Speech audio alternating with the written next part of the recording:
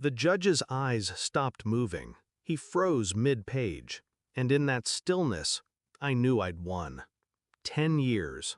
10 years of feeding, clothing, protecting a child that wasn't mine. 10 years of being told by my parents that family means sacrifice, which really meant I was the sacrifice. 10 years of silence from my brother and his wife.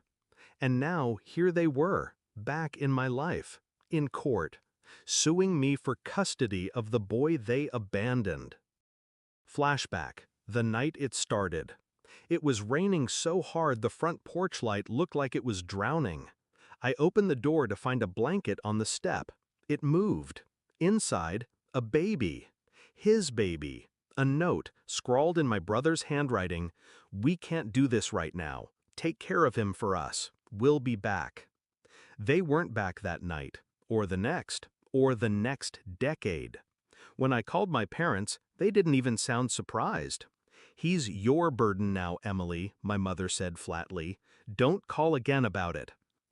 I was 24, broke, alone, and somehow responsible for a life. The silent years.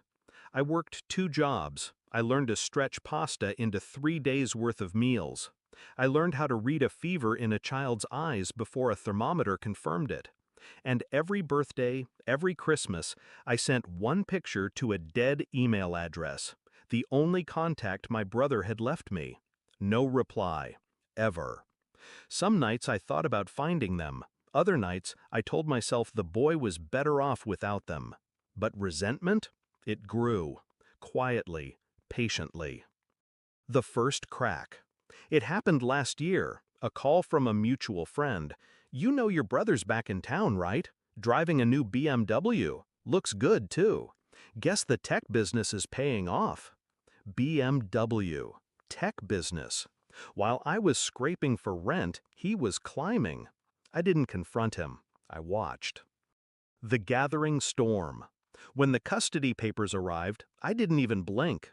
My brother stood there in court filings calling me an unfit guardian, saying I'd alienated his son from him. His son, the same child he hadn't seen since diapers. That night I opened the storage box under my bed. Inside, a decade's worth of records. Emails unanswered. Photos, returned address not found. School reports with parent signature missing highlighted. Medical bills in my name. And one other thing. Something I'd never told anyone. The plan. I didn't shout. I didn't post on social media. I hired the best quiet lawyer I could afford. We filed subpoenas. We dug through financial records. We traced where my brother had been during those missing years. Turns out he'd never been missing. He'd been registered at luxury condos, taking international trips, buying investment property. And then came the jackpot. A hospital record from the night they abandoned the baby. His wife had signed herself out against medical advice. My brother had paid the bill in cash. And the reason for leaving? A notation from a nurse. Parents state they are not ready for this child. Abandonment. Legally documented. The courtroom. The morning of the hearing, I walked in calm. My brother wore a navy suit that probably cost more than my car. His wife had her hair styled like they were attending a gala, not a custody trial. He smiled at me like we were still kids playing in the backyard. Like this wasn't war. The judge flipped through the initial paperwork. My brother's lawyer launched into a speech about biological rights and reuniting a family. When it was my turn, I stood. I said only 3 sentences. "Your Honor, I've brought evidence, a decade's worth, and one sealed document that I believe will clarify everything." The bailiff carried the folder to the bench. The judge opened it, read, stopped. I watched his eyes change from routine detachment to something colder. He closed the folder slowly, looked at my brother. "Mr. Lane," he said, voice like iron, "do you understand what this record implies?" My brother's lawyer shifted. My brother's jaw tightened. I don't. It implies, the judge cut in, that you and your wife willfully abandoned your child in violation of state law, that you made no attempt at contact for 10 years, and that had Miss Lane not intervened, this boy could have been a ward of the state. Silence. You could hear the clock tick. The fall.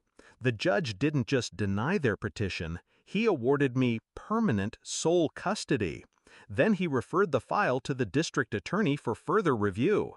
My brother's face was pale.